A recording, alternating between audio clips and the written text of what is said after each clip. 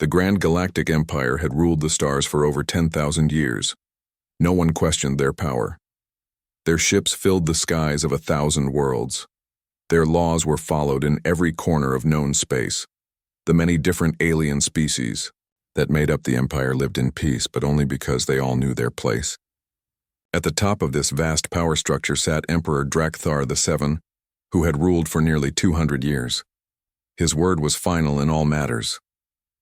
Supreme Commander Zix Vorth stood tall on the bridge of his massive ship. His gray skin gleamed under the soft blue lights. All four of his eyes were fixed on the large screen in front of him. His thin fingers tapped against the smooth metal of his command chair.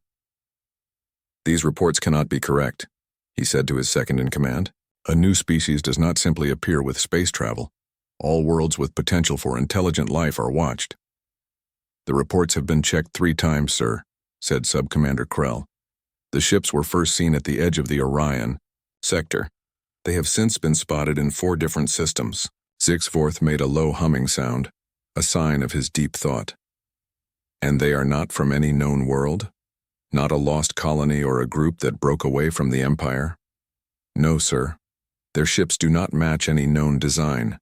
Their signals use patterns we have never seen before, and they call themselves humans." The Supreme Commander stood up and walked closer to the main screen. It showed rough images of strange ships. They were small and looked almost thrown together, not smooth and perfect like Imperial ships. Yet they moved quickly, and they seemed to have some form of faster-than-light travel. "Where do they come from?" he asked. "A small yellow star, far from any major travel routes. The 3rd planet from that star is their home. They call it Earth." "Earth," Zixvorth said the strange word slowly. "Have they been contacted?" "Not yet, sir. We wish to wait for your orders." Zixvorth thought for a moment. New species were rare but not unheard of. The usual plan was simple: show great power, accept their surrender, and slowly bring them into the Empire as a low-ranked member. In time, they would see the benefits of Imperial rule. "Prepare a contact team. 3 battlecruisers should be enough to make our point clear. I will inform the UR Emperor." The Supreme Commander turned to leave the bridge, then stopped. "And find out everything you can about these humans. I want to know their strengths, their weaknesses, their level of technology. Leave nothing out." On the other side of the galaxy, Susan Miller stood in her own command center. The room was smaller than Zixvorth's grand bridge, and much more busy. 20 men and women worked at different stations, talking, checking screens, and passing information. The walls were lined with screens showing stars, planets, and the status of her ship. The Montana's Pride was the largest ship humans had ever built for space travel. It was the pride of the Earth Alliance, a joining of most Earth nations that had formed 50 years ago to push space exploration forward. The ship was not built for war, but it could defend itself if needed. Susan looked at the main screen where a strange signal had been picked up. "What do we know?" she asked. Alan Peters, her navigation officer, looked up from his work. "Not much, Captain. It's clearly artificial, not natural. The pattern repeats every 12 seconds.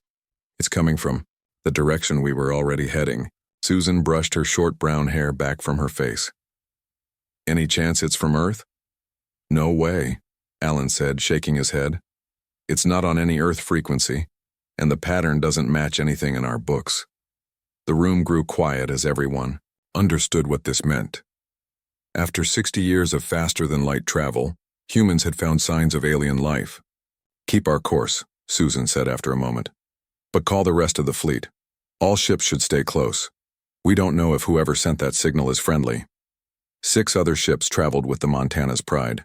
Together, they were the first deep space exploration fleet from Earth. Their mission was to map new star systems and look for planets where humans might one day live. Finding alien life was always a possibility, but most people thought it would take many more years. Susan sat in her command chair and thought about what to do next. Earth was too far away to ask for orders. She would have to make the choices here, and those choices might affect all of humanity. "Captain," called out a young woman from the communications station, "I'm getting more signals, many more, and they're moving toward us." "Show me," Susan ordered. The main screen changed to show dozens of large ships moving in perfect formation. They were huge, much bigger than any human ship. They shone with a strange blue-green light. 3 of the ships moved ahead of the others, coming straight toward the human fleet. "Those are warships," said George Bennett, the security chief. His face was serious as he studied the screen. "Look at the shape, the way they move. They're built for fighting." Susan took a deep breath. This first meeting would set the tone for all future dealings between humans and these aliens. If she showed fear, they might see humans as weak. If she acted too strong, they might see it as a threat. "Open a channel," she said. "All languages, we know, plus simple math patterns. Let's see if we can talk." The bridge crew worked quickly. Soon, a deep voice filled the room. The words were strange, like nothing any human had heard before. But the tone was clear. It was a command. "They're telling us to stop and prepare to be boarded," said the communications officer, who was working with the ship's computer to understand the alien language. "They say they are from the Galactic Empire and that all ships in their space must be checked." Susan stood up straight. "Send this message. We are a peaceful exploration fleet from Earth. We did not know this space belonged to anyone. We are happy to talk, but we will not be boarded. We offer friendship and trade." For a long moment there was no answer. Then the alien voice came back, sounding surprised. "They say no one has refused an Imperial command in living memory," the communications officer reported. "They want to know if we understand who they are." Susan smiled, though there was no humor in it. "Tell them we look forward to learning all about them, as equals and new friends in this big galaxy." As the message was sent, she turned to her crew. "All ships go to yellow alert. Be ready for anything, but don't make any aggressive moves. Let's see what these Imperials do when someone doesn't bow down right away." The human fleet, 7 small ships against an Imperial force that could crush them without effort, waited in the darkness of space. The next few minutes would change the course of human history forever. 3 months passed since the first meeting between humans and the Galactic Empire. That meeting had ended without fighting, but also without friendship. The Imperial ships had backed off after several tense hours. They had allowed the human fleet to continue its mission, but made it clear that the Empire would be watching. Since then, Imperial ships had been seen more and more often near human space. They stayed just outside the borders claimed by Earth. They watched. They scanned. They waited. Frank Rodriguez stood by the large window of Proxima Station, looking out at the stars. Proxima Station was the busiest place outside of Earth's solar system. It floated near Proxima Centauri, the closest star to Earth's sun. Hundreds of ships came and went each day, bringing goods from Earth colonies and taking supplies back. Frank was in charge of keeping the station safe. Lately, that job had become much harder. "They're back again," said Grace Howard, walking up beside him. Grace was his second in command, a tall woman with dark skin and serious eyes. "2 Imperial ships just sitting at the edge of our sensor range." Frank nodded. "How long have they been there?" "About 6 hours now. Longer than yesterday." Frank turned away from the window and walked to the command center of the station. Screens showed the positions of all ships near the station. 2 red dots marked the Imperial vessels. "They're testing us," Frank said, "seeing how much we'll let them get away with before we push back." Grace followed him. "What do you think they want?" "To see how weak we are. The Empire has ruled for thousands of years. They're not used to sharing power. They want to know if we're a real threat or just a small problem they can deal with later." Just then, alarms began to sound. A young officer at one of the screens called out, "Sir, one of the Imperial ships is moving toward the station. Fast." Frank moved quickly to look at the screen. The Imperial ship was indeed coming closer, and it was headed straight for the busy docking area where ships waited their turn to connect to the station. "They're going to cut in line," Grace said, her voice tight with anger. "They're going to force their way into our docking queue." Frank saw she was right. The Imperial ship was on course to push in front of a civilian transport that was just about to dock. If the transport didn't move, there would be a crash. "Open a channel to the Imperial ship," Frank ordered. When the communications officer nodded, he spoke firmly. Imperial vessel, this is Commander Frank Rodriguez of Proxima Station. You are on a collision course with a civilian transport. Change your course immediately. There was no answer. The Imperial ship kept coming. The transport had to fire its side thrusters hard to move out of the way. People on the station could hear the roar as the transport engines fired. The ship moved just in time, missing the Imperial ship by less than 100 meters. That was too close, Grace said, her hands tight fists at her sides. They could have killed hundreds of people. Frank's face was hard as stone. Open a channel to all Earth ships near the station, he ordered. When the channel was open, he spoke clearly. All Earth vessels be advised. Imperial ship is making dangerous moves near the station. Stay clear of Docking Bay 3. Then he turned to the weapons officer. Target the Imperial ship. Warning shot only. Fire across their bow. The weapons officer looked surprised but followed the order. A beam of energy shot out from the station's defense system. It passed just in front of the Imperial ship, close enough to make their sensors light up but not close enough to cause any damage. Now open a channel to them again, Frank said. This time when he spoke, his voice was like ice. Imperial vessel, this is Proxima Station. Your actions endanger civilian lives. Withdraw immediately or face defensive measures. For a long moment, nothing happened. Then a voice came back speaking perfect English but with a strange accent. Human Station, this is Captain Drell of the Imperial cruiser Light of Justice. Your threat is noted. No one threatens an Imperial vessel. You will pay for this insult. The screen suddenly showed energy building up around the Imperial ship. They were getting ready to fire. All defensive systems active, Frank shouted. All civilians move to intersections of the station. The Imperial ship fired first. Beams of energy hit the station's shields, making them glow bright blue. The station shook. Shields holding at 82%, reported the defense officer. But they're building up for another shot. Return fire, Frank ordered. Aim for their weapon systems. Proxima Station had been built with defense in mind. Earth leaders knew that once humans moved into space, they might find others who were not friendly.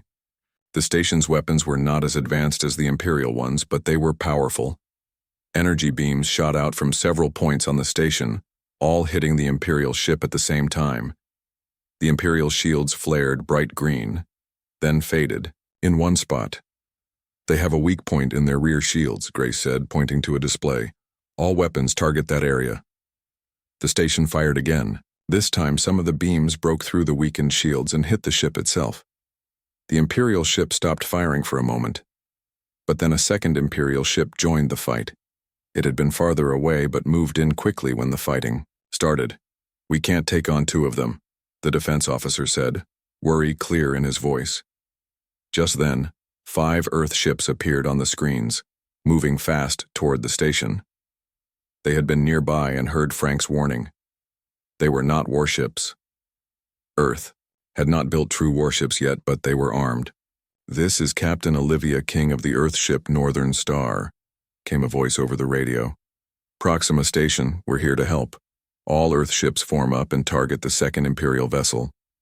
The Imperial ships now faced not just the station, but 5 Earth ships as well. For a few moments the fight was intense. Imperial weapons were stronger, but they seemed surprised by how quickly the Earth ships moved and how well they worked together. Then, suddenly, the first Imperial ship exploded. The Earth weapons had found a critical system through that weak spot in the shields. The second Imperial ship turned and sped away, jumping to faster-than-light travel as soon as it was clear of the station. Cheers broke out in the station's command center. They had won their first real fight against the Empire, but Frank didn't cheer. This isn't over, he said quietly to Grace. They'll be back and with a lot more ships next time. Grace nodded. I'll send a full report to Earth right away. They need to know what happened here. Frank looked back at the screens where the 5 Earth ships were moving in to help damaged civilian vessels. We just showed them that humans won't be pushed around, he said. I just hope we're ready for what comes next. In his office on the Imperial capital world, Supreme Commander Zixforth received the news of the defeat at Proxima Station. His 4 eyes blinked slowly as he read the report again and again. How? He asked the empty room. Their technology is decades behind ours. Their ships are tiny. Their weapons are simple. How did they defeat Imperial cruisers? He had no answer, but he knew one thing for sure. The humans were far more dangerous than anyone had thought. News of the battle at Proxima Station spread fast. On 1,000 worlds across the Galactic Empire, people talked about the small human fleet that had defeated Imperial ships. Some laughed it off as a lucky accident. Others worried it might be the start of something bigger. In the great meeting hall of the Imperial Senate, no one was laughing. The huge room was filled with beings from hundreds of different species. Some had many arms, some had wings, some breathed strange gases. All of them served the Empire, and all of them were talking loudly about the humans. "We must crush them now," shouted Senator Vrax, a tall being with red skin and sharp teeth, "before they grow stronger." "Calm yourself, Senator," said another voice. This one belonged to Senator Mila, who looked almost human except for her blue skin and silver eyes. "We know very little about these humans. We should learn more before we act." The debate went on for hours. In the end, most senators agreed with Vrax. The Empire must show its power. The humans must be taught their place, high above the Senate. Hall in a room few were allowed to enter, Emperor Drakthar VII watched the debate on a large screen. The Emperor was very old, even for his long-lived species. His skin was pale gray and hung loose on his thin frame. But his eyes were sharp and missed nothing. "What do you think of these humans, Supreme Commander?" the Emperor asked. Zixforth stood at attention. He had been called to meet with the Emperor as soon as news of the Proxima battle reached the capital. "They are unusual, Your Majesty. They think differently than we do." "Different how?" "Their ships are smaller but faster. They do not follow standard battle plans. They find weaknesses we did not know existed. And they work together in ways our captains are not used to." The Emperor was quiet for a long time. Then he said, "I have ruled for almost 200 years. In that time, many new species have joined the Empire. Some came peacefully. Others had to be shown the benefits of Imperial rule through force. None have defeated Imperial ships in open battle." "It was only 2 ships, Your Majesty," Zixforth said quickly, "and they had the advantage of surprise." "Even so," the Emperor said, "I find myself curious about these humans. Watch them closely, Supreme Commander. Learn their strengths and their weaknesses. Then prepare a force that will bring them into the Empire once and for all." Zixforth bowed low. "It will be done, Your Majesty." Far away from the Imperial capital on Earth, another meeting was taking place. The Earth Alliance Council had gathered in their meeting room in the city of Geneva. The room was not as grand as the Imperial Senate, but it was filled with just as much worry. "We are not ready for a war with the Empire," said Council member Luis Garcia. "Their fleet numbers in the millions. We have barely 500 ships. But those ships are good ships," argued Helen Mills, head of the Earth Defense Force. "And we have something they don't expect. Humans who think outside the box." Tim Walsh, the head of the council, raised his hand for quiet. "We all saw the reports from Proxima Station. Our ships performed better than expected against Imperial technology. But we can't fool ourselves. The Empire is vast. They have ruled for 10,000 years. They will not take this defeat lightly. So what do we do?" asked Sophia Jones, who represented the outer colonies. "Do we try to make peace? Do we prepare for war? Do we hide and hope they forget about us?" Tim shook his head. "They won't forget, and I don't think they'll accept peace unless we agree to join their empire as a lower species. From everything we've learned, that's how they operate. They don't have allies. They have rulers and subjects." The room was quiet as everyone thought about what this meant. "Then we prepare for war," Helen Mills said finally. "Not because we want it, but because it's coming whether we want it or not." Tim nodded slowly. "I agree, but we do it our way. Humans have always been good at finding new solutions to old problems. We won't beat the Empire by copying their methods. We'll beat them by surprising them." The council voted and agreed. Earth would prepare for war, but not in the way the Empire might expect. In a secret base hidden inside an asteroid, Admiral Olivia Martinez looked at the plans for the new human fleet. She had been given command of all Earth's space forces. It was her job to find a way to protect humanity from the Empire. "These don't look like warships," said Captain Bill Turner, looking at the plans on the screen. Olivia nodded. "That's the point. The Empire expects us to build big ships like theirs, ships that try to win through size and power. But we can't match them that way. So we're going to fight differently." The screen showed small, fast ships designed to work in groups. It showed automated drones that could be controlled from far away. It showed devices that could disrupt Imperial sensors and communications. "They have numbers," Olivia said. "We have creativity. They have size. We have speed. They have tradition. We have adaptation." Bill looked unsure. "But will it be enough?" Olivia looked him straight in the eyes. "It has to be. Humanity didn't survive its own bloody history by fighting conventionally against superior forces. We've always found another way." Days turned into weeks. Weeks turned into months. Across human space, factories worked day and night. People volunteered for the defense forces in huge numbers. The outer colonies, once separate from Earth in many ways, joined fully with the Earth Alliance. For the first time in human history, all of humanity stood united. In his command center on the Imperial capital, Zixforth watched the reports from spies near human space. He frowned as he read the latest one. "Their production numbers don't make sense," he said to his intelligence officer. "With their industrial capacity, they should be producing many more capital ships." The intelligence officer nodded. "Yes, sir, but our spies report they are building something else. Something we don't recognize. The energy readings don't match any known warship design." Zixforth's frown deepened. "They're planning something unexpected. Ready the fleet. Not just a show, a force this time. The full might of the Imperial Armada." The intelligence officer looked shocked. "The full Armada has not been gathered in 500 years, sir." "Then it's about time," Zixforth said. "These humans need to be dealt with before they become a real threat. Gather the fleet. We will crush them once and for all." As Imperial ships began to gather, humans worked faster. They knew time was running out. But they also knew that sometimes the smaller force could win if it was smart enough, fast enough, and brave enough. The storm was coming. The only question was who would be left standing when it passed.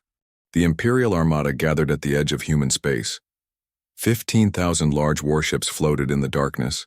Tens of thousands of smaller ships moved around them like fish around sharks. It was the largest fleet gathered in 500 years of Imperial history. Emperor Drakthar VII had traveled to a secure command post to watch the battle. He sat in a comfortable chair, his old body wrapped in fine robes. Around him, advisors and nobles stood ready to serve his every need. "The humans have been given one last chance to surrender," said an aide, bowing low.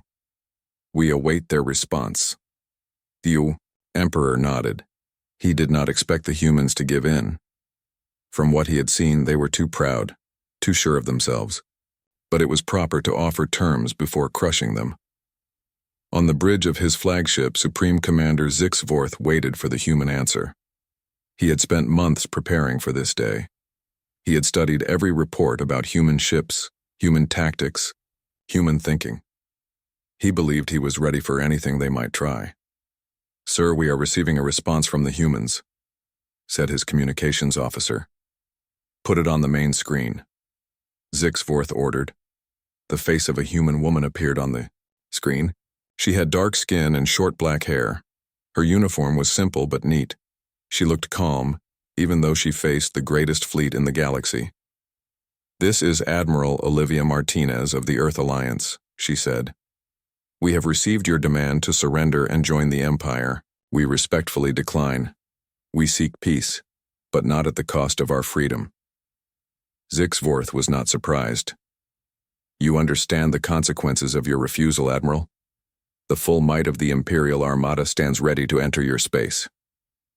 Olivia's face showed no fear. "We understand, Supreme Commander. We hope you understand the consequences of your actions as well. This is your last chance to turn around and go home." Several Imperial officers laughed at her words. Zixvorth did not. There was something in her eyes, a confidence that made no sense given the huge difference in their forces. "The Empire has ruled for 10,000 years, Admiral," he said. "We do not turn away from those who challenge us." Olivia nodded once. "Then we will meet you at the place you call Orion's Belt. That is all." The screen went dark. "Orion's Belt?" said one of Zixvorth's officers. "That's a dense asteroid field. Why would they choose to make their stand there?" "They hope to use the asteroids for cover," Zixvorth said. "It won't help them. Set course for Orion's Belt. All ships prepare for battle." The Imperial Armada moved forward like a great wave of metal and energy. Thousands of ships, millions of crew members, all sure of their victory. The humans had maybe 300 ships in total. It would not be a battle. It would be a simple lesson in Imperial power. At Orion's Belt, the human fleet waited. Their ships were positioned carefully among the giant rocks that floated in space. Admiral Martinez stood on the bridge of her flagship, the Pacific Guardian. "Are all ships in position?" she asked. "Yes, Admiral," said her second-in-command, a young man named Joe Davis. "All ships report ready. The special devices are in place and active." Olivia took a deep breath. "This is it, then. Everything we've planned for. Everything we've worked for. Today we find out if humanity has a future as a free people."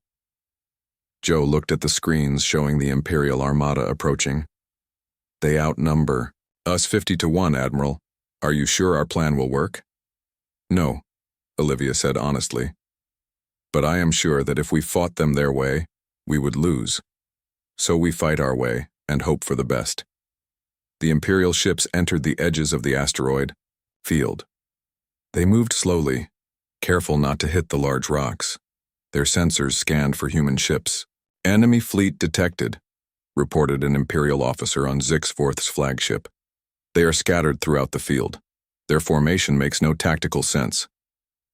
Zixvorth studied the displays. The officer was right. The human ships were not arranged in any pattern he recognized. They seemed almost random in their positions. But he had learned not to underestimate human tactics. "Proceed with caution," he ordered. "All ships maintain defensive screens at full power." The Imperial ships moved deeper into the asteroid field. Soon they were surrounded by floating rocks of all sizes. It made their normal battle formations difficult, but they adjusted and kept going. Then everything changed. Thousands of small devices, hidden throughout the asteroid field, activated at the same time. Some created powerful gravity fields that pulled Imperial ships off course. Others released waves of energy that confused Imperial sensors. Still others turned out to be small attack drones, suddenly flying at Imperial ships from all directions. "What is happening?" Zixvorth demanded as alarm sounded all over his ship. "We're under attack," shouted an officer, "but we can't tell where it's coming from. Our sensors are showing thousands of targets, but they can't all be ships." The human fleet, which had seemed to be in a random formation, suddenly began to move in perfect coordination. Their smaller, faster ships weaved between asteroids and Imperial vessels. They fired not at the biggest Imperial ships, but at specific points on smaller ones. "They're targeting our command and control systems," realized an Imperial tactical officer. "They're trying to blind us and cut off communications between our ships." Zixvorth tried to regain control of the battle. He sent orders to his fleet to maintain formation and push forward. But many ships never received those orders. The human devices were disrupting communications. Captain Samantha Lewis led a group of 10 human ships straight at the Imperial flagship. Her face was set with determination as she gave orders to her pilots. "Remember the plan," she said. "We go in fast, hit the targets we've identified, and get out. Don't try to fight them head-on. Use their size against them." Her ships darted between much larger Imperial vessels. They fired precisely at spots where Imperial shields were weakest. They moved so quickly and unexpectedly that the Imperial gunners could not track them. All across the battlefield, the same scene played out. Human ships seemed to know exactly where to hit. Imperial ships, used to fighting in open space with clear lines of fire, struggled in the asteroid field against an enemy that would not stand still. The Emperor watched from his command post as the battle unfolded. His face showed no emotion, but his hands gripped the arms of his chair tightly. "What is happening?" he asked. "Why can't our ships destroy them?" No one had a good answer. All they could do was watch as the mighty Imperial Armada fell into confusion. Ship after ship reported damage or complete failure of key systems. Some began to retreat. Others exploded as human attacks found critical weaknesses. "Is this really a human fleet?" the Emperor whispered. "How could we have been so wrong about them?" By the end of the battle, the Empire had lost over 5,000 ships. The rest retreated in disorder. Their carefully planned attack turned into a humiliating defeat. As the Imperial ships fled, Admiral Martinez allowed herself a small smile. "Send word to Earth," she said. "Tell them we won. Tell them we're still free." But she knew this was just the beginning. The Empire would not forget this defeat. They would be back, with new tactics and greater numbers. The war for humanity's future had only just begun. 6 months after the great battle at Orion's Belt, a human ship entered the space around the Imperial capital planet. It was not a warship. It carried no weapons. It was a diplomatic vessel, sent to talk rather than fight. The ship was allowed to land at a special port far from the main city. Imperial guards surrounded it as soon as it touched down. They were taking no chances with these strange humans who had defeated their mighty fleet. Ambassador John Peterson stepped out of the ship. He was an older man with gray hair and a kind face. He wore a simple blue uniform with a small Earth Alliance pin on the collar. Behind him came 5 other humans, 3 men and 2 women, all dressed the same way. An Imperial official waited for them. He was tall with gray skin and 4 eyes. "I am Traz, assistant to the Imperial Court," he said stiffly. "The Emperor has agreed to hear your message. Follow me." John and his team followed Traz to a large air car. It lifted off and flew toward the great city that covered much of the planet's surface. Huge buildings reached toward the sky. Ships of all sizes moved between them. It was a city built over thousands of years by the rulers of 1,000 worlds. "Impressive," John said, looking out the window. Traz did not reply. His job was to bring the humans to the palace, not to talk with them. Soon they arrived at the Imperial Palace. It was the largest building John had ever seen. It could have held an entire human city inside its walls. Guards stood at every door. Servants hurried through the halls. Important-looking aliens from many different species walked in groups. Talking about Imperial business, Traz led the humans to a large room. "Wait here," he said. "Someone will come for you when the Emperor is ready." Left alone, the humans looked around the waiting room. It was filled with beautiful art and furniture from across the galaxy. Through the windows, they could see gardens, with strange plants and colorful birds. "They're making us wait to show their power," said Maria Lopez, one of the human team. "It's an old diplomatic trick," John nodded. "And it would work well if we were impressed or scared, but we're neither."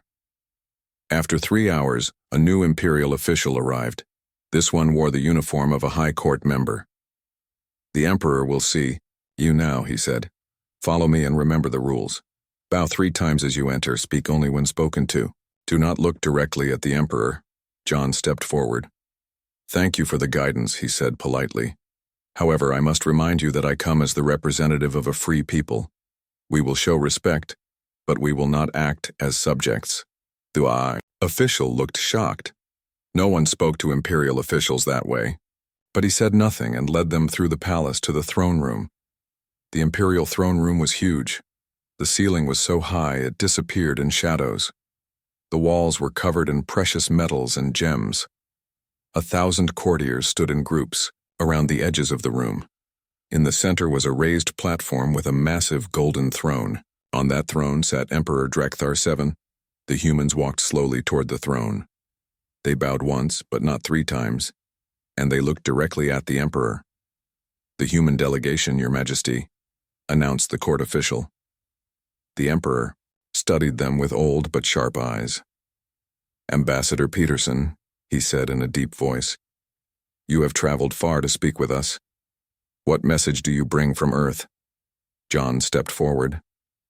Thank you for agreeing to meet with us, Your Majesty. I bring a message of peace but also of change. For 10,000 years, the Empire has ruled the stars. All species have eventually joined your realm, most as lower members who serve rather than lead. Earth and her colonies wish for a different relationship. Murmurs ran through the court. No one spoke to the Emperor this way, yet the old ruler seemed more curious than angry. And what relationship would that be, Ambassador? The Emperor asked. Alliance rather than submission, John replied. Partnership rather than control. Humanity does not wish to rule over others, nor do we wish to be ruled. We propose a galactic council where all species have a voice, including those currently serving as lower members of the Empire. Now the murmurs turned to shouts of outrage. Several imperial nobles stepped forward, faces twisted with anger. This is an insult, one shouted. They dare to suggest changing the order that has kept peace for 10,000 years. The Emperor raised a hand and the room fell silent. You propose much change, Ambassador, he said. Why would the Empire agree to such terms? John's face remained calm. Because the old way no longer works, Your Majesty. The battle at Orion's belt proved that. The Empire can continue to fight us and perhaps eventually win through your greater numbers, but the cost would be enormous. And worse, other species watching would learn from our example. The Empire would face not one rebellion, but many. The Emperor was quiet for a long time, thinking. Everyone in the room waited for his words. We will consider your proposal, he said finally. In the meantime, you and your delegation will stay as our guests. We have much to discuss. Over the next 3 weeks, the human delegation met with Imperial officials every day. They explained their idea for a galactic council. They talked about trade and cooperation. They insisted on freedom and equality. Many in the Imperial court were against any change. They wanted to gather another fleet and crush the humans once and for all. But others had begun to see things differently. The Empire had ruled for so long that it had stopped growing, stopped changing. Perhaps new ideas were needed. In his private chambers, the Emperor spoke with Supreme Commander Zixforth. What do you think of this Galactic Council idea? The Emperor asked. Zixforth had changed since the defeat at Orion's belt. He had studied the battle recordings for months, trying to understand how the humans had won. It goes against 10,000 years of Imperial rule, he said slowly. But I have learned that the old ways are not always the best ways. The humans think differently than we do. Perhaps that is not a bad thing. The Emperor nodded. I have ruled for 200 years. I have seen many new species join the Empire. But none like these humans. They fight differently, they think differently, and now they offer a different path forward. Do you trust them, Your Majesty? Zixforth asked. Trust? The Emperor smiled slightly. No, but I respect them, and I wonder what we might learn from them. After a month of talks, the Terran Imperial Accord was signed. It created a new system where all species would have a voice in galactic affairs. The Empire would still exist, but its power would be shared. It was the biggest change in 10,000 years of Imperial history. As the human delegation prepared to leave, Zixforth approached Ambassador Peterson privately. You came here surrounded by the heart of Imperial power, he said. What gave you such confidence that we would not simply eliminate your delegation and resume the war? John smiled. We came in peace, honestly seeking a better future for all species. But we also did our homework. He handed Zixforth a small data device. You might want to check the control codes for the orbital defense platforms around this planet. Our engineers found them quite interesting. Zixforth's 4 eyes widened as he realized what this meant. The humans had found a way to control the Empire's own defenses. A gift, John said, handing him another data device. Historical records of humanity's conflicts with itself. You might find it helpful to understand why we developed such unusual approaches to warfare and diplomacy. That night, Zixforth reviewed the human history files. He read about countless wars, struggles for freedom, battles against overwhelming odds. He began to understand. A species that had nearly destroyed itself many times had learned lessons that the unchallenged empire never needed to learn. The galaxy was changing. A new age was beginning. And at the center of it all were the strange, creative, surprising humans who had shown that even the greatest empire could learn new ways.